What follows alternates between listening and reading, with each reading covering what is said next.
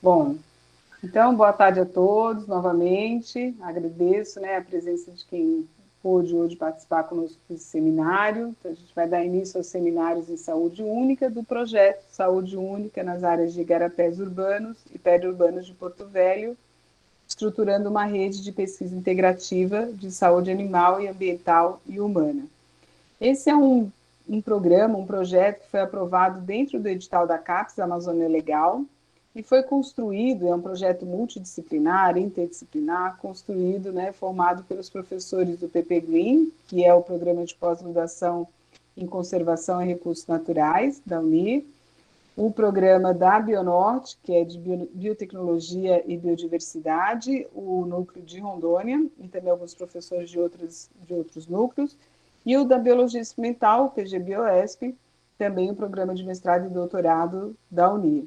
É importante também ressaltar que nos três programas a gente tem participação de professores não só da Unir, mas também da Fiocruz Rondônia e da Embrapa Rondônia. Então, é um projeto construído por esses professores que já vêm trabalhando em conjunto em vários temas, várias áreas, desde a da criação e antes também desses programas.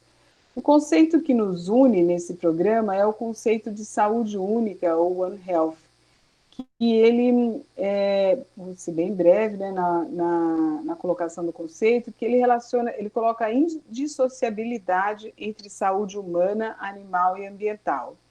E, basicamente, ele traz para nós que os ecossistemas equilibrados, quando equilibrados, eles são promotores da saúde humana. Então, a gente não tem como dissociar, né, separar esse tanto ambiental, quanto do humano, quanto do animal. Bom, baseado nisso, o objetivo principal do nosso projeto é estabelecer bioindicadores para a qualidade ambiental dessas áreas, além de fornecer subsídios para estudos de vigilância animal e de saúde, visando detectar novas doenças antes de acometer as populações humanas, através do monitoramento de espécies sentinelas. Nesse programa, a gente pretende inventariar grupos como a fauna de peixes e insetos, com enfoque em espécies bioindicadoras, capturar e coletar mamíferos silvestres de interesse médico, que tendo os primatas não humanos como grupo focal, visando também a coleta de material biológico para ampla investigação epidemiológica, e inventariar a fauna de insetos vetores, discriminando os grupos de vetores de doenças, como malária, arbovirose, leishmaniose, doenças de Chagas. E caracterizar também as áreas de mata ciliar com base em amostras de solo e também amostras arbóreas. Fiz esse breve histórico só para que os presentes também possam entender um pouco do nosso projeto. E além dessa parte de pesquisa direta, um dos objetivos é estimular a cooperação, né, a criação da rede entre os programas de pós-graduação e estimular ou qualificar a pesquisa feita por esses programas de pós-graduação. A partir da formação de recursos humanos, né, que é a formação dos nossos alunos desses respectivos programas, e ampliando também parcerias para pesquisa. E com isso, uma das atividades previstas são os seminários que nós estamos agora iniciando, né, a primeira série, o primeiro seminário da série de seminários que virão, e hoje, né, vai estar sendo apresentado pela doutora Alessandra Nava, que é pesquisadora da Fiocruz Amazônia, e a qual eu agradeço por ter aceito o convite, falar um pouquinho da biografia da doutora Alessandra. Ela é médica veterinária pela Universidade de Marília, é doutora em epidemiologia experimental aplicada às zoonoses pela Universidade de São Paulo e atualmente é pesquisadora do Instituto Leônidas e Maria Adinai Fiocruz Amazônia, junto ao Laboratório de Ecologia de Doenças Transmissíveis da Amazônia. E tem como linha de pesquisa os efeitos antrópicos na prevalecência e emergência de enfermidades zoonóticas em animais silvestres e população humana. Bom, agora eu vou passar a palavra para a doutora Alessandra. Acredito, tenho certeza que a gente tem bastante coisa para aprender com a sua apresentação. Novamente, obrigada, Alessandra. A palavra é sua. Bom, boa tarde a todos. A estranheza aqui de eu falar, da minha fala hoje ser com máscara, porque eu estou na casa dos meus pais. Então eu fico de máscara quando eu estou aqui com eles, né? Então a gente vai falar um pouquinho hoje da saúde única no antropoceno. Então, todos nós sabemos, né, da importância, agora mais do que nunca, está sendo altamente falada a questão da saúde única, né, que estamos num contínuo, na verdade, né, animais domésticos, animais silvestres, pessoas, o ecossistema, é tudo um contínuo. E aqui esse é o maior exemplo, né, desse contínuo. Nesse caso aqui, recente, não sei se vocês já ouviram falar, né, em que teve botos, né, então o pessoal da WWF monitorando esses botos, os encontrou muito doentes, com altos índices de metal pesado, mercúrio do garimpo. E também as pessoas, né, então as mulheres indígenas, as crianças, também estavam doentes por questão de intoxicação por mercúrio. Então, mostrando que a gente realmente está num contínuo. Né, e os animais, eles são incríveis sentinelas para isso. Porque eles demonstram para a gente que alguma coisa não está bem no sistema. Então, mesmo não relacionado a doenças infectocontagiosas, como Covid e outras, né, viroses emergentes, a gente vê também em algumas outras doenças que não são infecciosas, não são transmissíveis, mas como sentinelas. Então, estamos realmente no contínuo. E não estamos lidando muito bem com isso, né? A gente tem essa dissociação, realmente, do que seria a medicina humana, medicina veterinária e a nossa inserção no ecossistema. É muito difícil trazer, né? Muitos profissionais já estão começando com essa formação, mas ainda temos uma certa dificuldade desse entendimento, que estamos nesse contínuo. Então, o que a gente tem que entender em relação aos animais silvestres, né? Isso não só na medicina veterinária, mas na medicina humana, na biologia. Os animais silvestres são espécies sentinelas para a gente. Então, a ideia é expandir o nosso olhar, né, evitar ideias reducionistas, procurar soluções mais integrativas, entender algumas interconexões que ainda não conhecemos, e uma delas, que eu acho que é uma das mais importantes no momento, é entender por que acontecem essas emergências infecciosas, né? Então, como é que ocorrem esses spillovers, né, de doenças, de vírus emergentes, como Ebola, e MERS e tantos outros. Então, essa interconexão, né, essas interconexões entre por que ocorrem essas emergências ainda não são muito bem explicadas. Então, tem várias teorias, muito interessantes até, que tem uma pegada grande de ecologia, como efeito de diluição, por exemplo, que é uma das hipóteses em relação à febre amarela, né, desculpa, febre maculosa, que ocorre muito na região de São Paulo, ainda ocorre, né? É a falta da biodiversidade, não tem uma diluição com outras espécies, hospedeiros menos competentes, relatórios menos competentes, e acaba tendo essas emergências. Ainda tem muito, a gente tem muito que aprender nessas interconexões para entender por que tem essas emergências virais que estão tendo sistematicamente nessas regiões dos trópicos e muito mais ainda na Ásia, as últimas no Oriente Médio, né?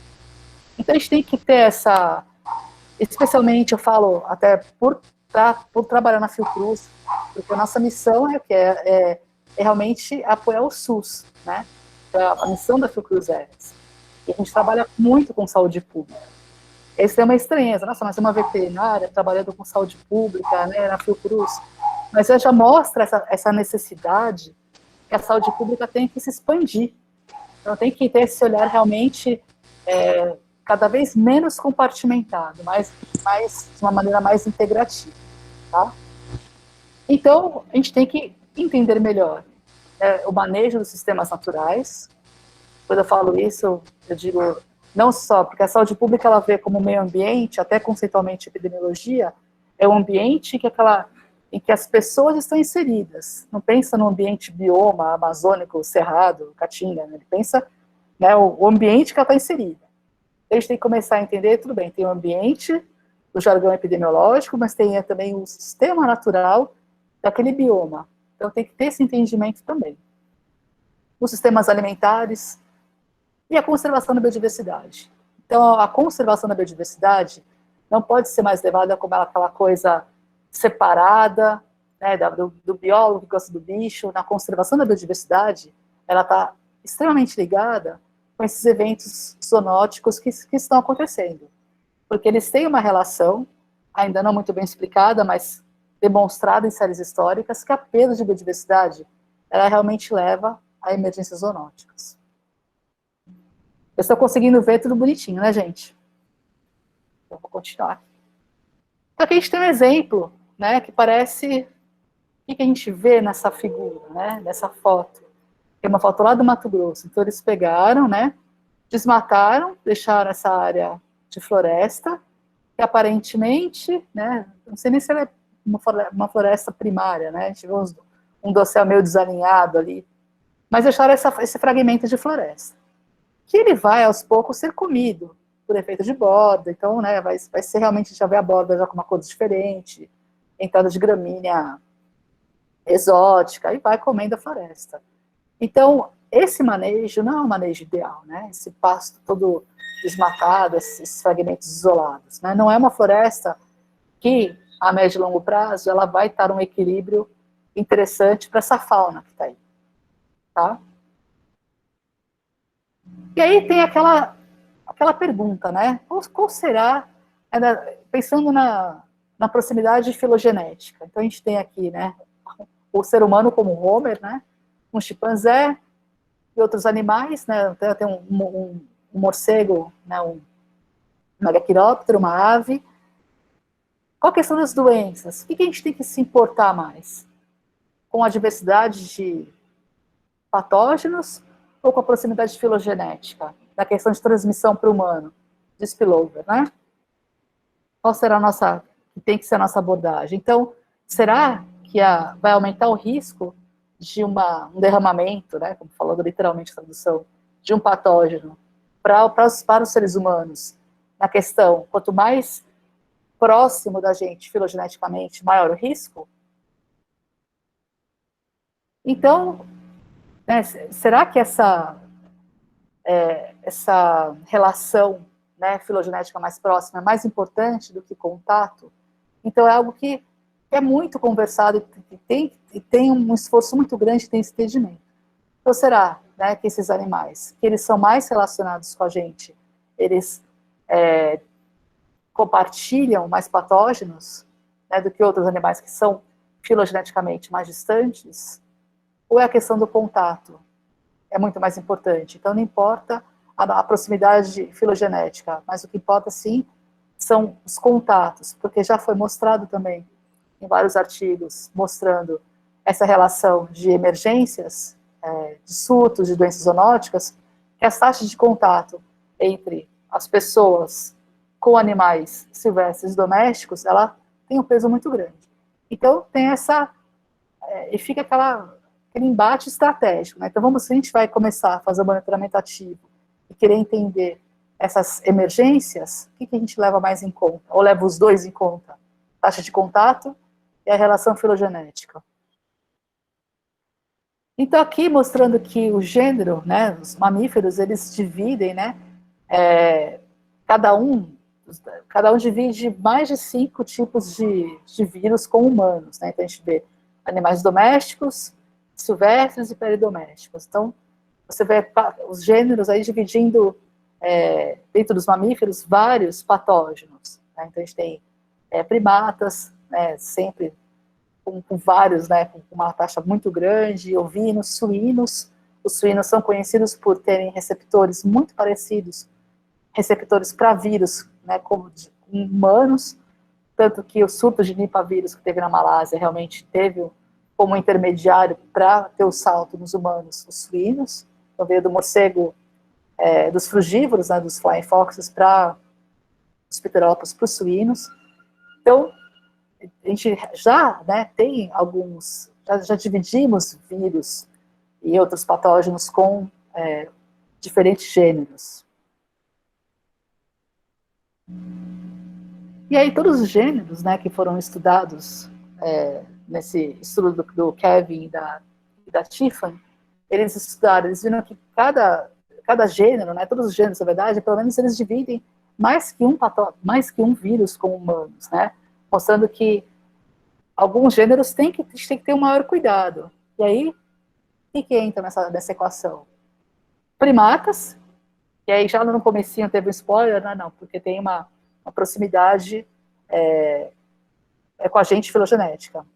Morcegos, por entrarem, né, nessa questão de, além de dividirem vários patógenos com os humanos, eles também são ótimos reservatórios, por questões evolutivas e, enfim, e questões imunes inerentes aos morcegos, eles albergam vários patógenos, e os roedores, que já são conhecidos por serem abundantes.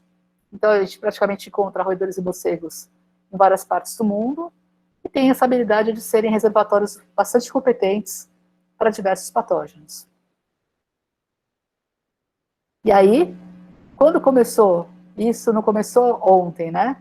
Agora a gente está falando bastante, pautando monitoramento ativo, mas já tinha um projeto, o PREDICT, e outros projetos antes do PREDICT, que já tentavam entender, né,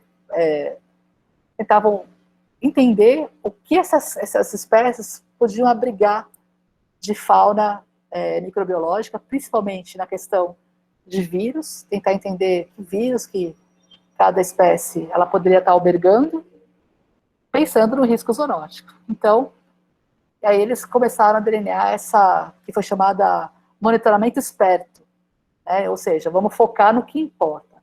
Então, o monitoramento esperto aqui vai ser trabalhar com roedores, morcegos e primatas. Então, vamos pegar e fazer cavar realmente, pegar quantos animais forem possíveis, fazer PCR, fazer metagenômica, tentar entender o que circula nesses animais.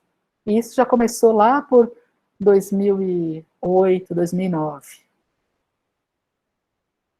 E aí, voltando nessa figura meio catastrófica aqui, a gente imagina que você tem um equilíbrio naquela fauna, um equilíbrio já ecológico mesmo, do nicho desses animais, de todo que a gente sabe que a floresta necessita. Cada animal tem uma área de uso, não é porque por deixar um fragmento ali bonitinho, todo verdinho, que é um fragmento saudável. Se ele for pequeno, desconexo, né, não vai estar tendo uma função realmente para a fauna. Então, quais serão as consequências desse desmatamento, desses processos de fragmentação na prevalência desses vírus, desses patógenos nas populações silvestres, principalmente nos mamíferos, né, que a gente fala, roedores, né, morcegos e primatas. Então, além da floresta ficar doente pelas questões de desmatamento, de fragmentação, e quem trabalha com biologia da conservação, quem tem a formação de biólogo e ecólogo, sabe muito bem disso, né, esses processos que realmente detonam a floresta e fazem alguns animais, como aves, que são mais sensíveis à fragmentação, já sumirem, outras são mais resilientes. Então tem essa problemática na parte ecológica. Mas e na parte de doença?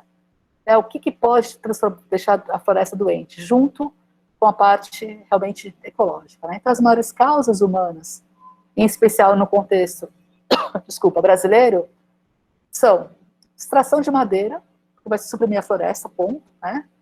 Suprimir a floresta por meio de queimadas, como ocorreu no Pantanal, a substituição da cobertura florestal nativa por reflorestamento com espécies exóticas, isso aqui em São Paulo, né, mas para o sul do país, isso aconteceu bastante, né? Então você pegava a floresta e colocava aquela, esqueci o nome, não é pinus, né? É uma outra que faz papel, enfim, mas que é uma floresta vazia, porque você não vê bicho nenhum ali.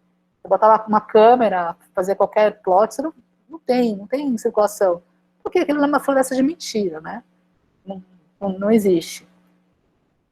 Exploração agropecuária, né, que vai substituir os remanescentes florestais por pastagem em áreas de cultivo. As práticas agrícolas cada vez mais mecanizadas. Também tem o padrão de estrutura fundiária existente, que dificulta a proteção das florestas e propicia ações que geram perturbações nas áreas dos remanescentes. A gente teve o enfraquecimento do nosso Código Florestal uns anos atrás. A urbanização desordenada, que é uma coisa que quem é de Manaus, quem vive em Manaus, como a Amanda, a Juliana, né, que a Juliana vai e volta, mas vamos considerar que é de Manaus também, eu que moro em Manaus, apesar de estar em São Paulo hoje, a gente tem um exemplo incrível da urbanização desordenada, que gera problemas muito sérios para espécies ameaçadas, gera problemas sérios de saúde, de sanidade para as pessoas, pela falta de saneamento básico, pela destruição, né, dos igarapés. Manaus tem um aquífero maravilhoso, é uma cidade que tem igarapés por todo canto, e a gente está destruindo esses igarapés, poluindo sistematicamente. E não tem, apesar de ter algumas normativas, enfim, né, algumas leis, a gente vê que a coisa não ocorre. Então, não adianta culpabilizar só a população, mas tem as construções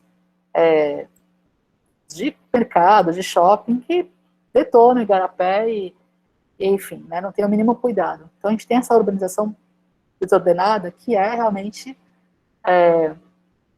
propicia a questão, né, da doença ou da floresta no meio urbano. Tá?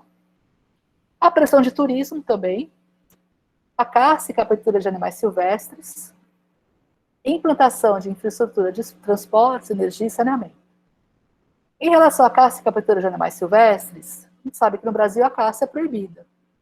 Porém, aquela caça comercial, que é a caça mais perniciosa, não é a caça de subsistência, ela é terrível, porque ela acaba fazendo realmente uma grande depressão daquele ambiente, né, tendo as pessoas que caçam para revender na cidade, por exemplo, que a gente tem muito isso no Amazonas, elas não imaginam que elas vão respeitar calendário de caça, alguma coisa assim. Então, a gente tem realmente um desbalanço muito grande na floresta em relação a essa pressão de caça, que não vai respeitar animal de ciclo longo, nada disso, né? Acaba que a gente tem um problema de depressão muito grande.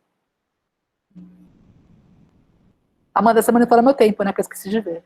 Vou estourar, por favor. Então, o tamanho da floresta, ela é importante? O que vocês acham, né?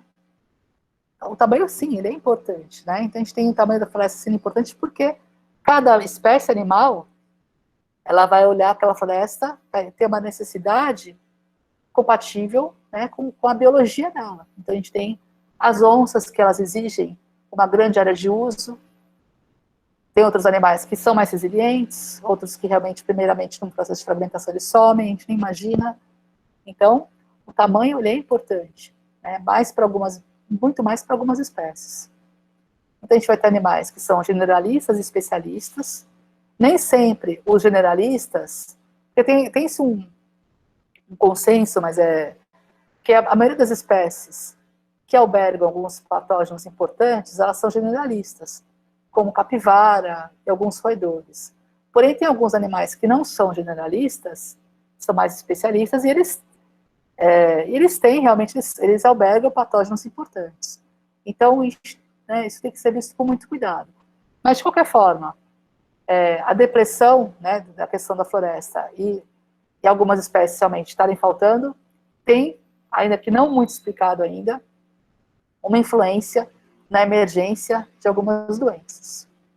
Então, a questão da conectividade, altamente importante, até fluxo genético, né, xenogamia, enfim, e também geram doenças, né? Efeitos de borda, que eu já falei anteriormente, a questão de espécies exóticas, que realmente podem transmitir algumas doenças, e a capacidade de suporte daquela floresta, né? Será que ela vai suportar, né, toda aquela fauna, né, com alimento e tudo mais. Então, aqui a gente já teve o indicativo, quando eu pesquisava lá atrás, há muitos anos atrás, trabalhava que foi no meu doutorado, tentando entender as relações de saúde entre animal doméstico e silvestre. E aí trabalhava muito com onça e com a teta queixada. E já via, né, que tinha algumas onças que elas apresentavam. Eu estava trabalhando com algumas doenças virais e algumas bacterianas também. Algumas onças apresentavam lepto, do mesmo sorovar, que queixada, que bovino, que a gente sabia que a mesma onça ela comia o gado daquela fazenda, que era leptorrágica, uma lepto de bovinos. Está mostrando que já é um indicativo que poderia já ter uma transmissão ou um contato com patógenos de diferentes espécies. Então, tendo esse derramamento em questão entre esses animais. E aí a questão, né? Por que manter as florestas e áreas protegidas, né? Não só na questão de saúde desses animais, na questão da conservação, mas também a nossa conservação, né? Então, os serviços ambientais, eles são processos gerados pela própria natureza, através dos ecossistemas, e que tem essa finalidade de sustentar a vida na Terra. Então, os serviços ambientais, eles promovem várias coisas, não só para a espécie humana, né? Eu falo com meus alunos, porque a gente pergunta, o que são serviços ecossistêmicos? Para os humanos, para os humanos. Gente, para com esse antropocentrismo, né? Isso é um antropocentrismo, não é para os humanos, né? Os serviços ecossistêmicos são para toda a vida na Terra, né? Então, a gente tem essa grande importância que são serviços ecossistêmicos. Então, a gente sabe da história dos rios voadores, né, da floresta amazônica. Tem outras funções, como purificação da água e do ar, né, decomposição do lixo, geração de solos férteis, controle de erosões. Então, a gente tem inúmeras vantagens, né, dos serviços ecossistêmicos. Então, isso, infelizmente, não há esse reconhecimento em relação aos gestores, né? Ou, não sei se é uma falta de reconhecimento ou só ignorar mesmo por lucro imediato. Mas essa falta de reconhecimento, ela atinge de cheio a questão de saúde pública. E essa conexão que está faltando um pouquinho.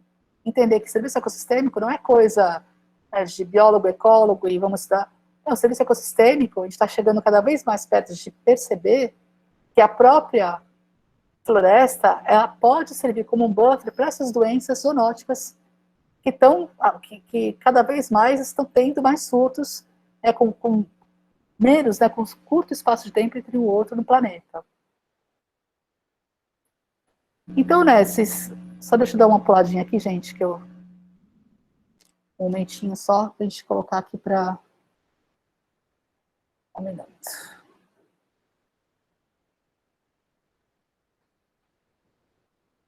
Eu queria mostrar outra coisa para vocês, na verdade. Só um minutinho.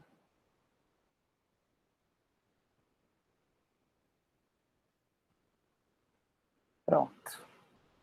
Vou colocar aqui a tela cheia de novo, tá? Então, aqui, a gente tem, só para dar não sei se já falaram sobre isso para vocês, mas algumas viroses emergentes e reemergentes que ocorreram pelo mundo, que são o ebola, o Nipah, arenavírus. Então, a gente está tendo cada vez mais ocorrências em curtos espaços de tempo. Então, o ebola, vocês já devem saber que ocorreu na África, teve uma reemergência agora, e a primeira emergência que teve, grande, do ebola, há muitos anos atrás, que matou um monte de gente, demoraram para perceber que era realmente o ebola que estava ocorrendo. Um dos gatilhos foi a construção de uma mineradora chinesa naquela localidade, em que, do dia para o outro, uma floresta preservada, pristine, ela foi derrubada para dar lugar a uma mineradora. Então, mostrando já um dos gatilhos importantes para essas emergências, que é a mudança no uso da terra. A mudança do uso da terra, que é um gatilho que já foi mostrado por um artigo da Jones, de 2008, em que mostra a alteração do uso da terra, desmatamento, como gatilhos importantíssimos para essas emergências virais. Então, a gente teve o ebola na África, a gente teve a síndrome aguda respiratória severa em 2002 na China, que é um coronavírus. Então, na verdade, quando começou o monitoramento ativo da questão do PREDICT em 2008, já se tinha uma grande expectativa de que a próxima epidemia, surto, um surto, uma epidemia ou talvez uma pandemia, pudesse ser de um coronavírus, porque é uma família viral muito diversa, presente em vários reservatórios importantes. Então, já tinha acontecido em 2002. E esses locais onde ocorreram esses surtos, do Nipah, ebola, SARS, tem em comum ser locais trópicos, altas temperaturas, alta diversidade e grande pressão antrópica, ou seja, mudanças ambientais moduladas pelo homem, como desmatamento, mudança do uso da terra, como é que fala? A ocupação, enfim, de bovinos, agropecuária. A gente vê até com a questão da raiva, que é uma coisa até que a gente está começando a trabalhar agora alguns questionamentos, uma aluna minha de mestrado vendo isso, que fizeram um trabalho excelente no Pará sobre a questão da raiva, junto com a conversão dos da terra para a colocação de bovinos, né, para a agropecuária. Então, vendo que realmente há, se a gente coloca os bovinos, as mordeduras em bovinos, os casos de raiva bovina e equina, né, raiva em herbívoro, como sentinela para raiva, dá para perceber próximos surtos de raiva em humanos. E é uma coisa que a Fernanda no Pará, ela já conseguiu mostrar isso. Ela fez um estudo muito legal, monitorando a questão das mordeduras dos morcegos hematófagos em bovinos. Então, ela conseguiu realmente perceber que tinha um padrão desses, seguindo, porque os morcegos, eles vão atrás, né, do repasto, que é o bovino, que é a coisa mais fácil do mundo, ficar lá parado no pasto, eles vão lá e ficam, né, realmente, né, pegando, né, se alimentando desses animais. Então, que tem uma relação com a questão de ocupação, desmatamento, ocupação da área da colocação de gado e surto de raiva humana. Esses surtos acontecem por quê?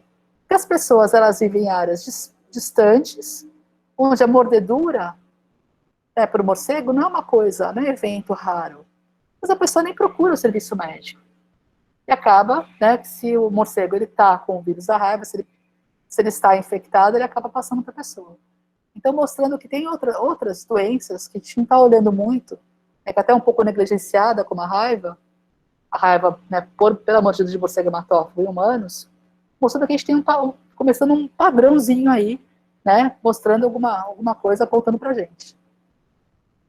Teve também, depois eu falo do Nipah, não vou esquecer. Teve a questão da influenza, que foi em meados de 2006, teve alguns casos de influenza aviária pelo mundo. Então, teve uma corrida, né? Não sei se quem é dessa época deve lembrar, o pessoal mais novinho talvez não lembre. Eu sei que eu fui para o México fazer um treinamento com o pessoal lá para saber como que ia. A gente foi treinar, na verdade, as pessoas junto com o governo para começar a capturar ave migratória, para a gente testar influenza, porque todo o mundo inteiro se armou achando que realmente ia ter um surto de influenza. E a influenza, a gente sabe que tem uma história terrível em relação aos humanos, né? Enfim, gripe espanhola, tudo mais. Então, teve todo esse monitoramento ativo pelo mundo todo. E aí, acabou que não aconteceu, ainda bem, né? Mas era esperado. Então, teve influenza, com os surtos em Taiwan, acho que teve na China também, Vietnã. E aí começaram no mundo inteiro esse monitoramento, vendo todos os locais de aves migratórias e tudo mais, para dar uma segurada, né? A gente tem dengue, chikungunya e zika, com padrões muito ligados à questão de aquecimento, de mudanças climáticas. Então, são doenças, e também aquelas doenças vetoriais, doenças que têm como reservatório roedores, tem uma tendência com as mudanças climáticas, com o aumento da temperatura, a ter uma maior prevalência também. Então, a gente está tendo recorrentes e novas doenças com questões o quê? Né, de modulação antrópica da gente ali, né? A gente está modulando essas emergências pela ação humana, né? E estamos no antropoceno, né? Que até é o título da palestra, né? Então, o antropoceno foi a nossa era geológica atual, que foi renomeada de tanto que nós alteramos, né, o nosso ambiente. Então, represamos rios, enfim, a gente pintou e bordou no planeta. Então, essa era foi renomeada. E causou uma estranheza muito grande por parte de geólogos, e teve muita discussão a respeito dessa renomeação para o antropoceno.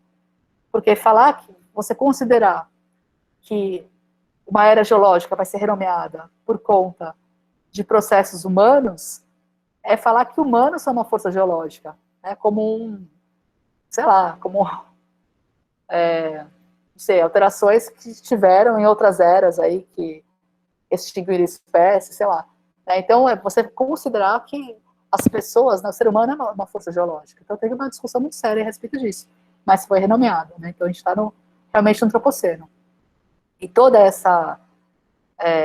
esse incremento começou realmente no pós-guerra, pós-Segunda Guerra Mundial, década de 50, que é provável ali o início realmente do antropoceno, de tanto que a gente alterou. E essa alteração se deu muito também por conta da questão de produção de animais domésticos, né? Então, essa intensificação, né, enfim, da questão da criação de animais domésticos, da questão de intensiva. E a gente sabe como essas criações, elas têm, não posso falar para ser delicada, né? Tem a intensificação, né, que o objetivo é essa intensificação da agricultura, para os animais produzirem, né, quanto menos espaço de tempo possível, né, para poder realmente para lucro, né, lucro e alimentar todo mundo. Só que nisso você faz os animais ficarem mais adensados, mais estressados, e isso predispõe a algumas doenças, tanto que é comum, né, nessas criações de suínos e outras espécies, né, aves, por exemplo, é você dar antimicrobianos, microbianos para esses antimicrobianos para esses animais. Falar, dando antibiótico, né, para antes de ter uma patologia. Então, já mexendo com questão até de, como se fala, resistência, né, resistência bacteriana. Então, a gente está realmente, né, modificando muitas coisas. E o Nipah vírus, antes de esquecer do Nipah, que é uma historinha tão interessante, o Nipah, ele foi um paramyxovírus, teve o primeiro surto na Malásia, foi na Malásia ou na Tailândia? Foi na Malásia, o primeiro surto, e ele tem ligação com a expansão das granjas de suínos pela Ásia. Então, eu sei bem, até por uma coincidência da vida, que eu sempre gostei dessa história do Nipah, mas o meu cunhado, ele acabou indo jogar futebol na Tailândia, e o dono do time dele tinha granja de suínos. Até contei a historinha do Nipah vírus para ele não ficou muito contente comigo. Mas é porque foi depois disso, né? Depois dos surtos. Mas, enfim, né?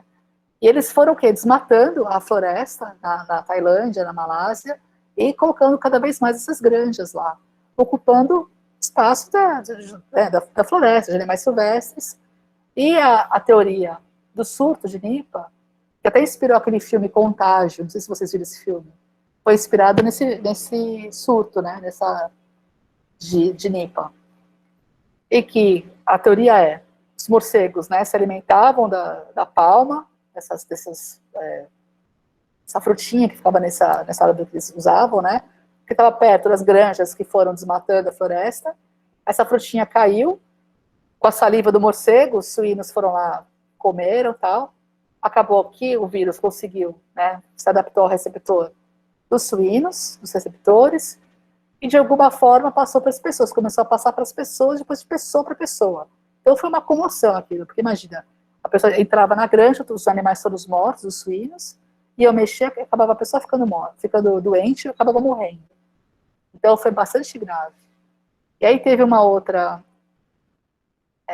reemergência com esse Nipah em Bangladesh, acredito, porque as pessoas também comem essa fruta, essa palma, fazem um suco, sei lá.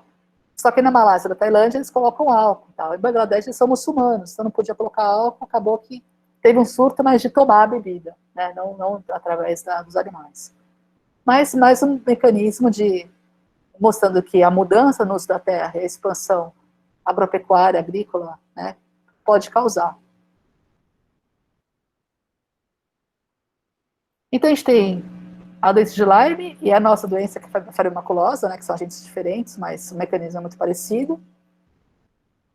E a febre maculosa, eu acho que é um comparativo incrível, né, de mostrar efeitos da fragmentação florestal que já, de locais onde já foi muito destruída a floresta. Então, como São Paulo, né, quem conhece o interior de São Paulo sabe que é altamente desmatado. A Mata Atlântica do interior foi detonada. A gente tem poucos fragmentos de floresta, e um fragmento mais importante que eu vou falar mais para frente, que é o Morro do Diabo, que tem 6 mil hectares, que é um lugar maravilhoso, que fica na divisa do Mato Grosso do Sul com o Paraná.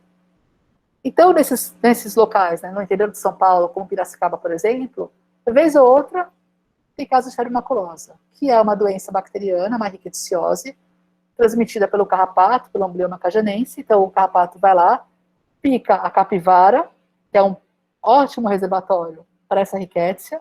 Se a capivara tiver com a rickettsia, todos os carrapatos, os 1.000 carrapatos que, né, parasitarem essa capivara, vão adquirir a bactéria e vão passar para, né, que se picar uma pessoa, vai passar para as pessoas e tudo mais. E aí, vez ou outra, tem algum surto em São Paulo, em Piracicaba, né, nesses interiorzinhos, e acaba que as pessoas ficam doentes e a demora no diagnóstico acaba fazendo a pessoa falecer. Porque, na verdade, é simples. A pessoa tem lá os sintomas e é descoberto a tempo, tudo é doxiciclina, e você faz com um cachorro, né? O cachorro também é dóxico, doença de carrapato. E aí, pum, né? A pessoa consegue ter um prognóstico melhor, né, de realmente se recuperar. Mas se demora, e aí a gente tem a coisa mais interessante do mundo, né? Que a gente tem capivara, né, na nossa Amazônia, tem gente, tem o carrapato e não tem caso de tuberculose. Até tem muita gente querendo achar, pegando carrapato. Acho que até um colega meu do Pará, que é da UFOPA, acho que ele achou num carrapato numa pessoa, não lembro. Mas não, ou achou numa pessoa, mas achou em carrapato, enfim, é a coisa mais rara do mundo. E eu acredito que tem a ver com o efeito de diluição, com a biodiversidade mesmo, né, com a perda de diversidade que tem nessas florestas já totalmente detonadas. Primeiro que a gente não tem praticamente onça, né, nesses locais, porque os fragmentos são muito pequenos e a onça exige, né, áreas grandes, né, de uso. Então, a gente tem um excesso de capivara. Também, pelo processo de fragmentação e desmatamento, a gente tem outros animais ali que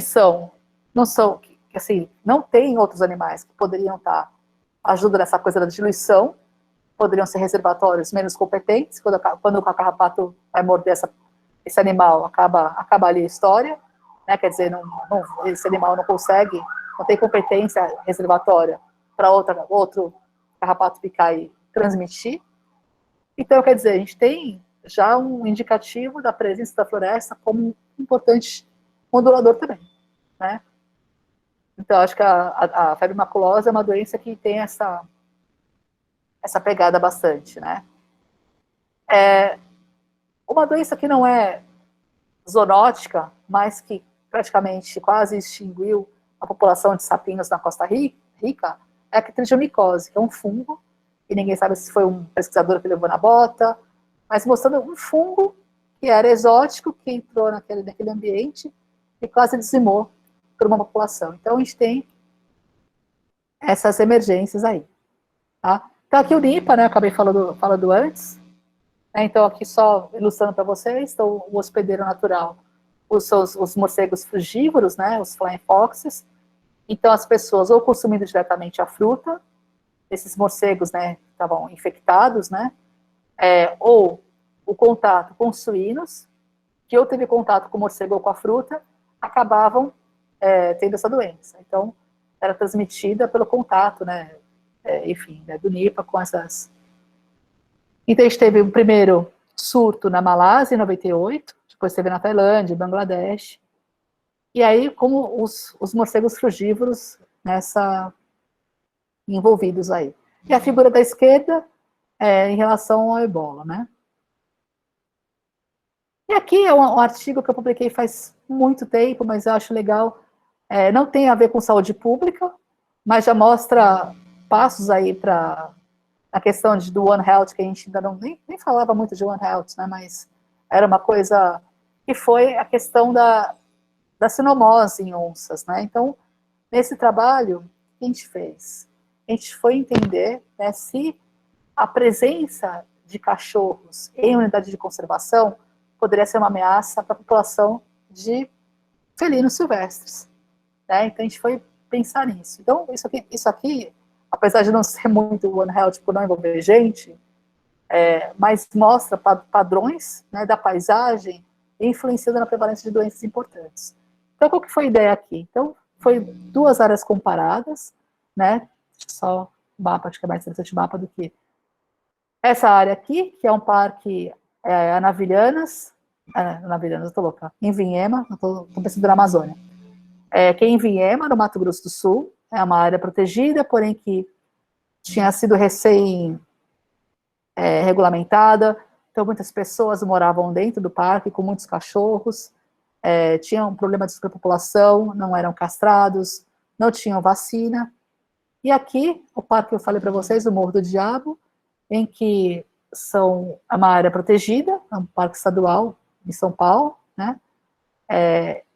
E assim, é proibido morar gente com cachorro dentro do parque, tem população de cachorros no entorno que não entra muito no parque, apesar de dar umas entradas, mas não entra tanto, assim, não vive lá dentro, né? Então, o que eu fiz? O que nós fizemos aqui? A gente capturou onça, né, um grupo grande, tinha outras perguntas relacionadas, na questão, elas foram capturadas nessas duas áreas, e os cachorros também. Então, os cachorros também foram capturados, amostrados, e foi feita sorologia para cinomose, que é uma doença muito grave de cães, né, que acaba realmente levando eles a óbito. E, por uma coisa que ninguém sabe por quê, as onças são suscetíveis à cinomose. Apesar de felino doméstico não ser, onça pintada ela é. Então, a gente também amostrou essas onças pintadas e os resultados mostraram que, realmente, as onças das áreas que não eram protegidas, elas estavam todas com titulação alta até, para a cinomose, que é um indicativo de contato com o vírus, não que ela está doente, mas que teve contato de alguma forma. Esse monitoramento é muito difícil, né, você monitorar se o bicho vai morrer ou não, enfim, mas teve contato com o vírus, né, diferentemente das onças da área protegida, do Parque Estadual Morro do Diabo, né, que realmente não tiveram titulação, apesar dos cachorros terem titulação para a cinomose. Então, é um indicativo da paisagem, de como, se isso acontece com onça e cachorro, por que não vai acontecer com a gente, com outros, né, hospedeiros, reservatórios e tudo mais, né? Então, eu acho que esse estudo foi o começo de tudo, na verdade, né, que foi uma parte do meu doutorado, né? Então, não só, enfim, para onça, mas com equino, canino, para lepto. Então, teve um monitoramento legal e mostrando que, como leptospirose tem os sorovares para cada espécie, que tem tropismo por espécie, aqui a gente vê que teve uma bagunça, teve sorovar de animal silvestre, animal doméstico, enfim. Então, havia já nessa região, pela proximidade, né, desses assentamentos rurais, que vocês conseguem ver por esses quadradinhos mais pequenos da matriz, com o parque, porque era muito grudado, né, as fazendas, sítios e ao parque e tal, então já tinha uma troca ali de patógenos entre algumas populações, né. E aqui, quase encerrando, já acho que está na minha hora já, né, gente? Aqui é o nosso site, né, que acho que algumas pessoas aqui que estão aqui na nossa sala virtual já conhecem, que é Rio Pardo. Então, aqui fica na Amazônia Central, então é um local que também acho que tem muitas questões para responder, da questão dessa epidemiologia da paisagem, dessa biogeografia da paisagem, do que pode estar também acontecendo como um pequeno, um microcosmo, mostrando essa transmissão de algumas doenças zoonóticas de população humana para silvestre para humana, enfim. E é um local interessante para estudar, o Rio Pardo, essa parte, esse mapinha que está em azul, né, essa área circundada com azul, o vermelho é outro assentamento, é o Canoas, a BR está à direita, né, a BR-174, e é um local que não tem como expandir, porque é um assentamento que ele está circundado pela BR de um lado, né, pelo Canoas, e pela terra indígena Waimiri-Troari, embaixo, por uma grande área de proteção ambiental, que é o setor Apuriapa-Apuazinho, né? Então, é o nosso site que a gente gosta bastante. Então, só para finalizar, gente, acho que eu já estou meio que muito aqui, a gente também trabalha, né, com o sauim de coleira, que é o sauim de Manaus, né, que é um dos primatas mais ameaçados do mundo, está entre os 25 primatas mais ameaçados de extinção. Então, a gente tem um trabalho com eles, vendo também a questão de filária. Então, eles albergam algumas filárias importantes, a gente está vendo se tem algum problema em relação de saúde pública, a gente não sabe ainda se essa filária pode ser zoonótica ou não, mas com certeza é uma ameaça para esses animais que já estão super ameaçados pela urbanização forte de Manaus, né? Aqui a gente achou umas filárias, tá? Vou passar rapidinho para falar de morcego, tá? Eu acho que é o mais... Acho que vocês vão se interessar mais e é o mais coisas, mais aluno, mais em voga aqui. Vou cortar, senão ficar muito chato, muita coisa. Então, depois de tanto tempo, eu acabei voltando para o Morro do Diabo, em 2000 e... que é essa área aqui, né? Para amostrar morcego. Então, o que a gente fez? A gente amostrou, acho que quase 400 animais, morcegos nessa área pristine e nas áreas fragmentadas, com alta pressão antrópica, para ver realmente se nós modulamos essa prevalência de vírus nessas populações de morcegos, que são conhecidos como grandes reservatórios de patógenos, que estão dentro dos monitoramentos ativos que são feitos pelo mundo todo, como animais primordiais, para a gente saber o risco, né, de spillover para a gente, né, de patógenos emergentes. Então, aqui nós achamos algumas famílias virais importantes: corona, adeno, herpes vírus, paramixo, hanta, astrovírus. A gente só fez as famílias. Porque a nossa questão não era uma questão muito de virologista, a questão era entender o padrão dessas famílias virais na paisagem, né, nos fragmentos, na matriz, e também, né, nas áreas pristine. Então, a área pristine foi considerada essas áreas aqui dentro do parque. Então, a gente começou isso em 2013, foi 2013 a 2014, né? Foi um pouco antes de ir para a Fiocruz. A gente coletou sangue, saliva, swabs retais, enfim, né? E a gente foi fazendo PCR para ver, para esses primers, né? Para ver o que amplificava ali. E a gente percebeu que nas áreas de floresta, a prevalência dessas famílias virais foi muito baixinha nos morcegos, e apenas coronavírus apareceu. Nas áreas não floresta, o que eram as áreas não floresta? Assentamento rural, gente pra caramba, quando eu falo gente pra caramba, não é que nem na cidade, né, mas comparado a um parque que não tem gente, mas casinhas, né, cada sitinho de 10 hectares, um do lado do outro, é um adensamento, né? E nesses locais, onde tem animal doméstico, cães, enfim, a gente achou uma prevalência grande de várias famílias virais, uma diversidade maior de famílias virais, nas áreas não florestadas nos morcegos, e também uma maior prevalência, né, de morcegos positivos, tá? Diferente, né? Então, os morcegos positivos na área florestada, no parque, foram 6, enquanto na área de não floresta foram 16. O N parece pequenininho, mas perante o N que a gente coletou, né, ele realmente foi significativa essa diferença, estatisticamente, né? Eu acho que era isso, gente. Então, já falei demais, eu acho. Alessandra, eu novamente agradeço muito pela sua disponibilidade de vir compartilhar aqui um pouco, né, dos teus conhecimentos. Tenho certeza que todo mundo aprendeu bastante. Para mim, tem muita coisa que foi novidade, e eu acredito que a gente começou, então, o nosso projeto, a nossa série de seminários com chave de ouro, e espero que essa seja uma possibilidade de, né, abra portas para uma maior interação entre o nosso grupo e o grupo de vocês que já estão trabalhando há mais tempo com esse tema. Que bom que a Amanda já tem essa proximidade, acredito que o pessoal da Fiocruz também, mas vai ser bom que a gente possa aí trocar algumas figurinhas sem vírus, que a gente possa continuar em contato, vai ser importante, tá bom? Então, agradeço a presença de todos, obrigada.